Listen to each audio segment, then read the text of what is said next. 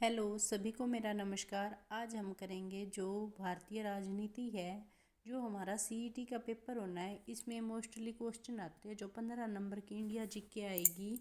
तो उसमें ये हमारी भारतीय राज्य व्यवस्था एवं संविधान से संबंधित क्वेश्चन आएंगे। वो PYQ कर रहे हैं, हम करते हैं।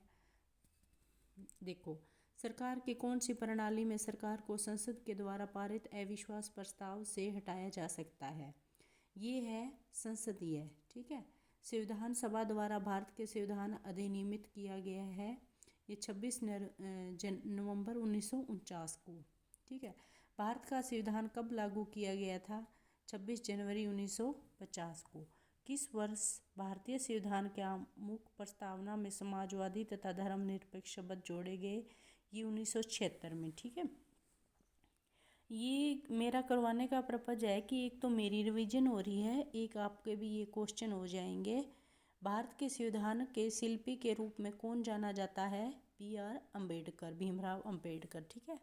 भारतीय संविधान सभा में किसने कहा कि राज्य के नीति निर्देशक सिद्धांत बैंक को दिए गए एक ऐसे चेक के समान है जो बैंक की सुविधा अनुसार ही दे होगा?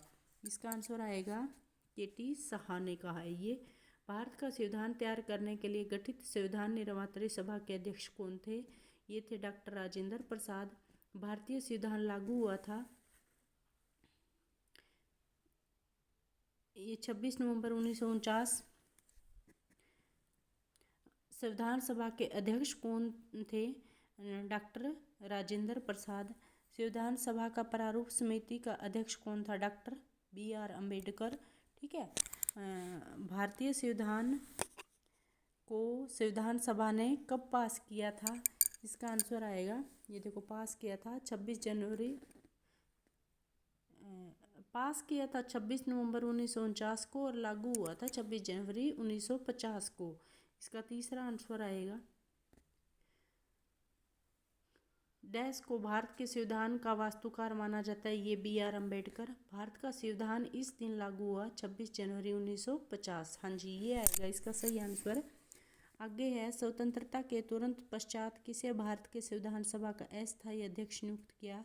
डॉक्टर सच्चिदानंद सिन्हा को। ठीक है। निम्नलिखित में से कौन से नेता ने संविधान सभा के उद्देश्य प्रस्ताव लाए? ये थे जवाहरलाल नेहरू। संविधान सभा में नागरिकता पर बहस के दौरान एक प्रसिद्ध कथन, कोई भी वफादारी विभाजित नहीं होती, किसने कहा था? ये कहा था गोविंद वल्लभ पंत ने। ठीक है। संविधान सभा के किस नेता ने संवैधानिक उपायों के उपचार को भारतीय संविधान का हृदय और आत्मा माना है? ये डॉक्टर BR अम्बेडकर है। ठीक है। 1946 में भारत के संविधान सभा के अंतरिम सभापति कौन थे? सच्चिदानंद सिन्हा।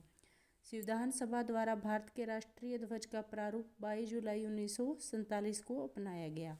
संविधान सभा का स्थायी अध्यक्ष थे डॉक्टर राजेंद्र प्रसाद। ठीक है। संविधान सभा के लिए चुनाव कब हुआ था? जुलाई 1946 को। भारत के संविधान सभा में उद्देश्य प्रस्ताव किसके द्वारा पेश किया गया था? ये किया गया था जवाहरलाल नेहरू के द्वारा। संविधान सभा के सदस्यों की कुल संख्या कितनी थी जिन्होंने 24 जनवरी 1950 को अंतिम रूप में पारित संविधान में अपने हस्ताक्षर किए? ये थी 284। ठीक है। भारतीय साक्ष्य अधिनियम को डैश के अधिनियम पारित किया गया 1872। भारत के संविधान को कब अपनाया गया? 26 नवंबर 1949 को। ठीक है। संविधान सभा की पहली बैठक कब आयोजित की गई? 9 दिसंबर 1946 को। आगे है, ब्रिटिश पुलिस आयुक्तीय प्रणाली सबसे पहले कलकत्ता में लाई। ठीक है। भारतीय संविधान में केवल एक प्रावधान जिसे संविधान सभा द्वारा वस्तुतः बिना कोई बहस के पारित किया, सार्वभौमिक मताधिकार की शुरुआत। ये क्वेश्चन है, ये PYQ है और मेरा टारगेट अब यही रहेगा कि जो जैसे डेली 30 क्वेश्चन करेंगे हम, और मैं फटाफट स्पीड में करवाऊंगी।